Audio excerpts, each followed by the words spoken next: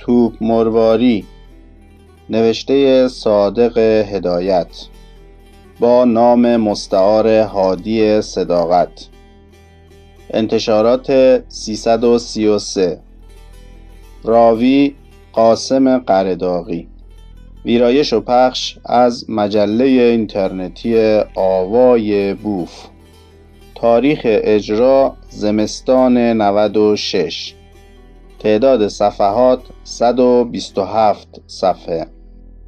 این مجموعه از روی نسخه اصلی و بدون تغییرات اجرا شده است و شامل 12 فایل صوتی می باشد.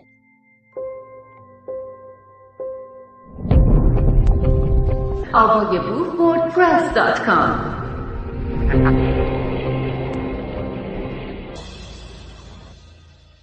اگر باورتان نمی شود بروید از اونایی که 2-3 خشتک از من و شما بیشتر جر دادن بپرسید. گیرم که دوره بروی توپ مرواری رو ندیده باشن. حتما از پیر و پاتالهای خودشون شنیدن. این دیگر چیزی نیست که من بخوام از تو لنگم در بیارم. عالم آدم میدونن که در زمان شاه شهید توپ مرواری توی میدون ارگ شق و رق روی قنداقش سوار بود. بر نگاه میکرد. بالای سرش دهل و نقاره میزدن. هر سال شب چهارشنبه سوری دورش قلقله شام میشد. تا چشم کار میکرد مخدرات یائسه، بیوه های نروک و چروکیده، دخترای تازه شاشکف کرده، ترشیده های حشری یا نابالغای دم بخت از دور و نزدیک هجوم می آوردن و دور این توپ طواف میکردن، به طوری که جا نبود سوزن بندازی. اون وقت اونایی که بختشون یاری میکرد سوار لوله توپ میشدن، از زیرش در میرفتن یا اینکه دخیل به قنداقش و چرخش میبستن یا اقلا یک جای تنشون رو بهش میمالیدن. نخورد نداشت که تا سال دیگه به مرادشون میرسیدن. زنهای ناامید امیدوار میشدن، ترشیده ها ترگل و ورگل میشدن، خانه بابا مونده ها به خونه شوهر میرفتن. زنهای نروک هم 2-3 تا بچه دوقلو از سر و کولشون بالا میرفت و بچه هاشون هی بهونه میگرفتن که ننه جون من نون میخوام. قراول نگهبان توپ هم تا سال دیگه نونش توی روغن بود. 2 تا شش داشت، 2 تای دیگه هم قرض میکرد و توپو میپایید که مبادا خال شلخته ها بلندش بکنن و تا دنیاست آن را وسیله بخت‌گشایی خودشون قرار بدن. این حکایت 20 سال و یا 150 سال پیش است. یادش بخیر دوره ارزونی و فراوانی بود. 5 شایی که میدادی 7 تا تخم مرغ میگرفتی. روغن سیری 3 شایی بود. با 100 دینار یه نون سنگک خشخاشی برشته میدادن به درازی آدم. توی سرتخت بربریا یه خونه بیرونی و اندرونی مای 15,000 و 3 شایی و 3 تا پول کرایه میرفت. معقول هنوز زنها دل و دماغ داشتن و سالی 1 جوال گوینده لا اله الا الله به جامعه تحویل میدادن. هنوز زوار هر چیزی تا این اندازه در نرفته بود و تخم لق منشور آتلانتیک و اعلامیه حقوق بشر و سایر حرفای قلمب سلمبه رو توی لپ ملت نشکسته بودن. هر چیزی معنی و اندازه‌ای داشت. اینجا هم البته نه به طور استثناء بلکه مثل بیشتر جای دنیا یه پادشاه قدرقدرت مستبد و 2 آتیشه داشت که از سیبیلش خوب میچکی، به طوری که 7 نفر هیزم شکن مازندرانی نمیتونست گردن ستبرش رو بزنه و کسی جرأت نمیکرد فضولی بکنه و بگه ابولی خرت به چند، و اسمشو بابا شاه گذاشته بودن چون که با رعیتاش ندار بود. یک اندرون ولنگواز داشت که از دختر آسیابون گرفته تا دختر پتروس شاه فرنگی رو توی اون چپونده بود و این کارخونه شازده سازیش بود. حالا خیلی حرفا پشت سر این شاه شهید میزنن و 1000 جور اسناد و بهتان بهش میبندن، اما امروز اینجا فردا بازار قیامت. ما باید توی 2 وجب زمین بخوابیم. سر پیری نمیتونیم گناه کسی رو بشوریم و مشغول و ذمه مرده مردم اون هم بابا شاه بشیم. از شما چه پنهون توی اون عهد و زمونه با وجودی که بانک‌های جفت و طاق وجود نداشت خزانه دولت پروپیمون بود.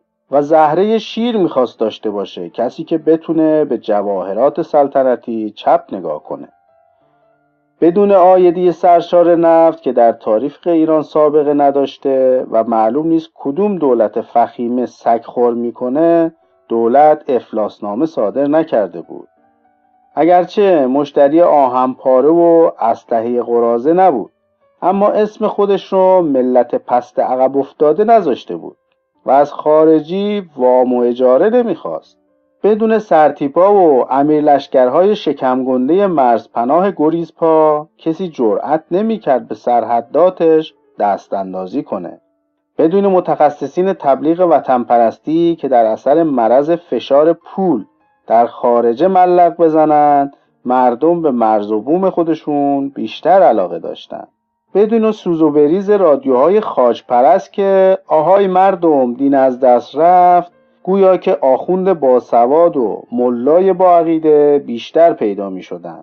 بیان که شب شیش بگیرن و اسم میهنشون رو عوض کنند، انگار که شهرت و آبروی این آب و خاک در نظر خارجی ها خیلی بیشتر از حالا بود. برای تعلیمات عمومی پستان به تنور نمی چسبوندن، اما هم مردم باسواد بیشتر از حالا پیدا می شد و هم خیلی بیشتر کتاب حسابی چاپ می کردن. ظاهراً چوب تکفیر برای تریاک بلند نمی کردن، اما وافوری خیلی کمتر از حالا بود. باری هنوز جزیره بحرین رو به ارباب واگذار نکرده بودند. هنوز بخشش کوه آرارات فتح الفتوح به شمار نمی رفت.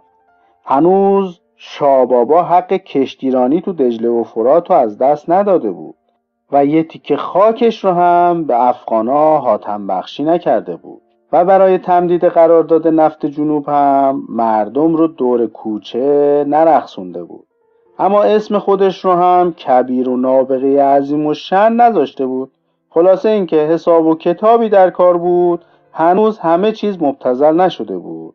مردم به خاک سیاه نشسته بودن و از صبح تا شام هم مجبور نبودن که افتخار غرغره کنند و به رجال بازی های رجال محترمشون هی تفاخر و تخرخر بنمایند. و از شما چه پنهون، مثل این بود که آبادی و آزادی و انسانیت هم یک خورده بیشتر از حالا پیدا می شد. برگردیم سر موضوع توپ مرواری خودمون. گفتیم قراول نگهبون کشیک میداد که خال شلخته ها توپو بلند نکنن. حالا شما گمان میکنید توپ مرواری یه چیز فسقلی بود که میشد اونو زیر چادر و چاقچورشون قایم کنن و جیم بشن. العیاذ بالله این یک اشتباه لپی است و ما نمیدانیم چطور چنین خطایی از لای فاق قلم خودنویس ما بیرون جست.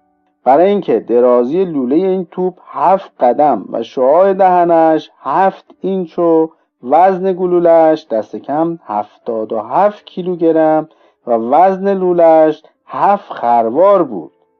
به علاوه 7 کارمند ویژه، یکی برای باروتریزی، دومی برای سنبه زدن، سومی برای کهنه تپوندن، چهارمی برای گوله انداختن، پنجمی برای فتیله گذاشتن، ششمی برای قنداق گذاشتن و هفتمی برای فرمان آتش دادن داشته و همین که در میرفته 7 متر عقب میزده و 7 کارمند محترم خودشو هر دفعه بیریا زیر میگیره. در این صورت یه چیز به این نکره ای رو رستم دستان که سهله، اوج ابن عنق هم سگ یکی بود که بتونه از سر جاش تکون بده.